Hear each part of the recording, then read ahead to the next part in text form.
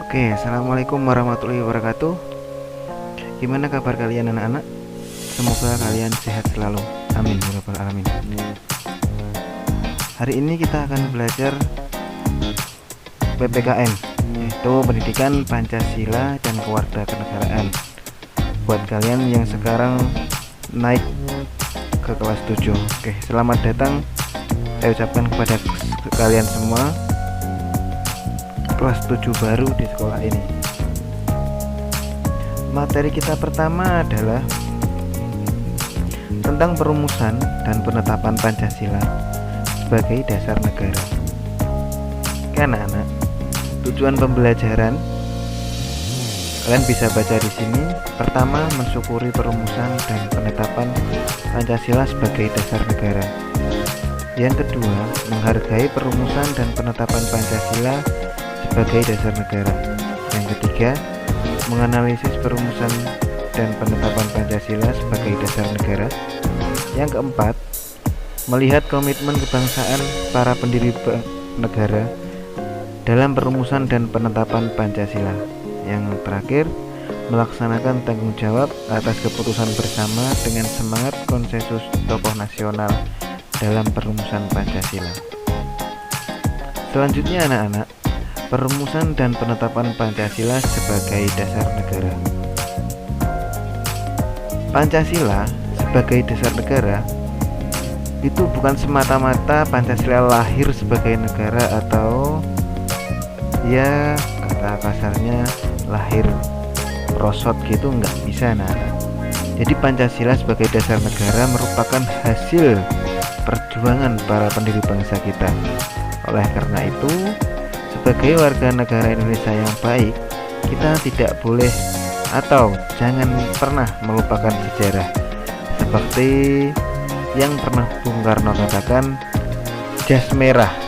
Apa jas merah? Jas merah itu merupakan singkatan dari jangan pernah melupakan sejarah.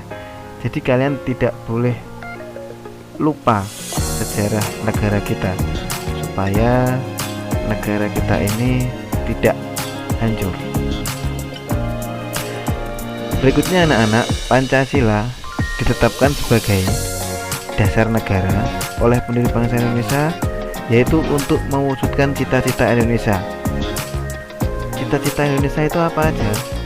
Ya, cita-cita Indonesia ada di dalam alinea keempat pembukaan Undang-Undang Dasar Negara Republik Indonesia tahun 1945, yaitu supaya negara ini supaya menjadi negara yang satu, merdeka, kemudian bersatu, kemudian berdaulat, kemudian adil dan makmur.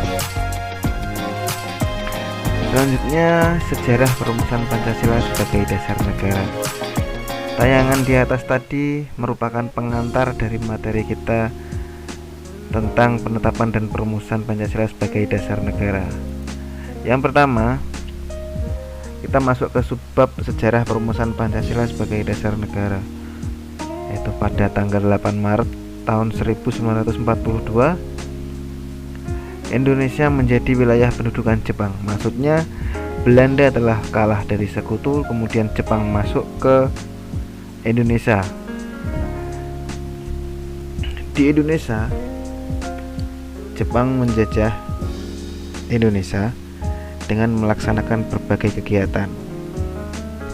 Ada kerja paksa, ada pengambilan paksa, pengambilan makanan, pakaian, dan berbagai keperluan hidup lainnya. Kemudian ada perbudakan paksa. Dan kalian bisa cari dari berbagai sumber berkaitan dengan kisah-kisah yang saya sebutkan tadi. Berikutnya, pada tanggal 1 Maret 1945 diumumkan bahwa Jepang telah membentuk Badan Penyelidik Usaha-usaha Persiapan Kemerdekaan Indonesia atau disingkat BPUPKI. Pembentukan organisasi ini adalah sebagai janji Jepang dan bertujuan untuk menyelidiki persiapan-persiapan kemerdekaan Indonesia. Kemudian pada tanggal 29 April bersamaan dengan ulang tahun Kaisar Hirohito, secara resmi BPUPKI dilantik oleh Jepang dengan jumlah anggota 62 orang.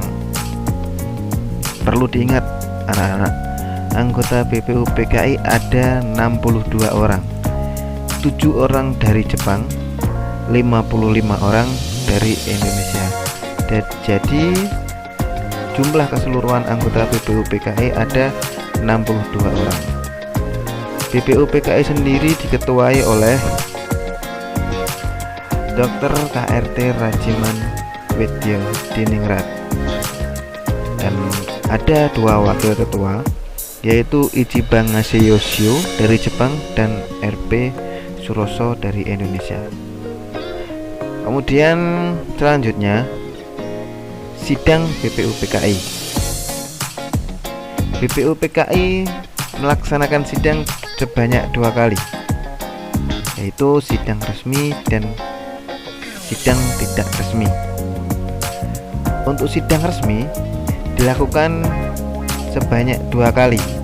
Yang pertama tanggal 29 Mei sampai dengan 1 Juni 1945, dan yang kedua tanggal 10 Juli sampai 17 Juli 1945 dengan membahas, yang pertama membahas tentang dasar negara, kemudian yang kedua membahas tentang rancangan undang-undang dasar.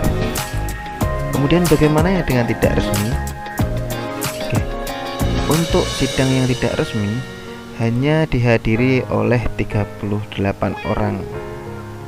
Kegiatan ini berlangsung pada masa reses antara sidang pertama dan sidang kedua. Masa reses itu berarti adalah waktu tenggang di mana sidang pertama dan sidang kedua dilaksanakan. Disitulah sidang tidak resmi dilakukan. Untuk membahas apa sidang tidak resmi? Itu membahas rancangan pembukaan Undang-Undang Dasar 1945 yang dipimpin langsung oleh Insinyur Soekarno dan dilaksanakan di gedung Chuo Sang-in atau yang sekarang bisa disebut dengan Gedung Pancasila. Oke anak-anak, itu sedikit materi tentang bab 1. Masih banyak materi terusnya, nanti kita lanjut di minggu berikutnya. Ini ada tugas mandiri, silahkan nanti dikerjakan. Tugasnya apa? Apa yang kalian ketahui tentang pertama pembentukan BPUPKI? Bagaimana? Nanti kalian ceritakan bagaimana proses pembentukan BPUPKI. Yang kedua, keanggotaan BPUPKI. Keanggotaan BPUPKI berarti yang harus kalian jawab nanti adalah kapan berdirinya BPUPKI. Yang kalian jawab adalah siapa ketua BPUPKI, siapa wakilnya, dan siapa anggotanya. Kayak gitu ya. Oke, yang ketiga, apa tugas BPUPKI? Ini tugas. Kalian sudah mengerti tentunya. Yang keempat, sidang BPUPKI. Sudah ngerti kan? Nah, kemudian kerjakan di buku tugas kalian. Oke. Dan simpan di buku tugas kalian. Kemudian nanti foto tugas kalian dan kirimkan ke guru kelas kalian. Oke anak-anak, itulah materi yang dapat saya sampaikan pada pertemuan kali ini. Terima kasih dan sampai bertemu di pertemuan berikutnya. Assalamualaikum warahmatullahi wabarakatuh. Selamat pagi.